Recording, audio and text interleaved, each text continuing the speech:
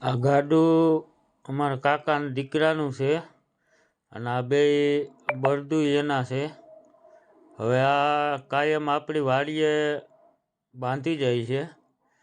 હવે જોઈ લ્યો તમે, આ વાડીએથી, આ ટાવરવાળી વાડીએથી આપણી ઘરની વાડીએ રેઢા બળદું એમણે વયા જાહે. ગાડું એમણે અહીંથી જોડી દીધું છે. જો આ ટાવરવાળી વાડી છે અને અહીંથી જોડીને રાઈસ આડે ટીંગાડી દે છે. એટલે એમણે બળદું આપણી વાડીએ પઠામાં જઈને ઊભા રહે. જ્યાં બાંધી છે ત્યાં સામે જઈને ઊભા રહે. જોઈ લ્યો મિત્રો, આ અહીંથી વિડીયો ઉતારી જાય છે રેઢો હમણાં એને બાંધી દઈએ છીએ રાઈસ. જ્યાં અહીંયા આડા આયરે બાંધી દીધી, જ્યાં હલતા કરી દીધા છે. હવે એની રીતે હાલ્યા જાય છે. રેઢું ગાડું એમણે હાલ્યું જાહે. એ ક્યાંય આડાવાળા જાહે નહીં, સીધા રસ્તે ને રસ્તે જાહે.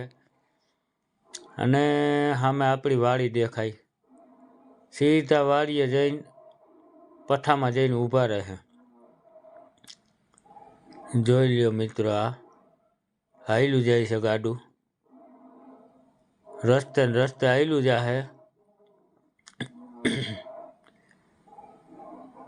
એ 5 સાડા 5 થાય એટલે એ બગડાટી બોલે જાય. એમાં ક્યાંય એને કાંઈ હાંકવા પાણું જ નહીં, એમ માનો ને એની રીતે હાલ્યા જાય છે.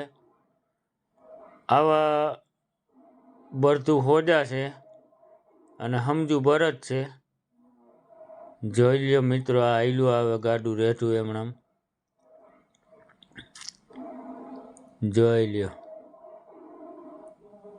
કેમ હાલ્યું આવે છે. જો આવે સામેથી રેઢું હાલ્યું આવે છે. એમાં કોઈ છે નહીં ભેગું અને કોઈની જરૂર ન પડે. એની રીતે હાલ્યા આવે બળદું, હાંકવા ન પડે આપણે. અને અહીંયા આપણો ગેટ છે મોહનભાઈને પઠામાં જવાનો. હવે ત્યાંથી સીધા જો આમ વળી જાય.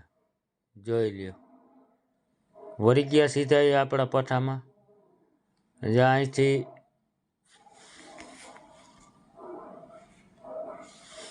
આ સીધા સડી ગયા, રોડે સડી ગયા છે. આ રોડે ને રોડે એમણે જો અહીંયા હમણાં આપણો ઢક આવશે. જો આપણા ઢકેથી હેઠા ઉતર્યા. ધીરે ધીરે હમણાં ઢકેથી હેઠા ઉતરશે. આ આવ્યો આપણો ઢક. જો અહીંથી સીધા રસ્તે સડી ગયા છે. જોઈ લ્યો, આ રેઠે રેઠું ગાડું એમણાં ઓલી વાડીએથી આ વાડીએ સીધા આવી ગયા. પડખે જો આ ધાણા ઊભા છે, ગાજર સાઈડમાં છે, ક્યાંય મોઢું મારતા નથી. અહીંયા જો આ ખાડો છે, પાણીની લાઈન રાખી છે. ત્યાં જો એક બળદ ધોરિયામાં ઉતરી જાય છે ને એક આમ ઉપર. જોઈ લ્યો, જો આ સિલાઈ દેખાય તમને. એ કાંઈ હાંકવા પણ જ નથી, એમ માનો નહીં. એ રીતે જ વ્યવસ્થિત હાલ્યા જાય છે રસ્તે ને રસ્તે. જો આ આપણી વાડી આવી ગઈ, મકાન આવી ગયા ને પાછળ ઢાર્યું છે. જો આ ઊભા રહી ગયા અહીંયા પઠામાં આવીને. જોઈ લ્યો,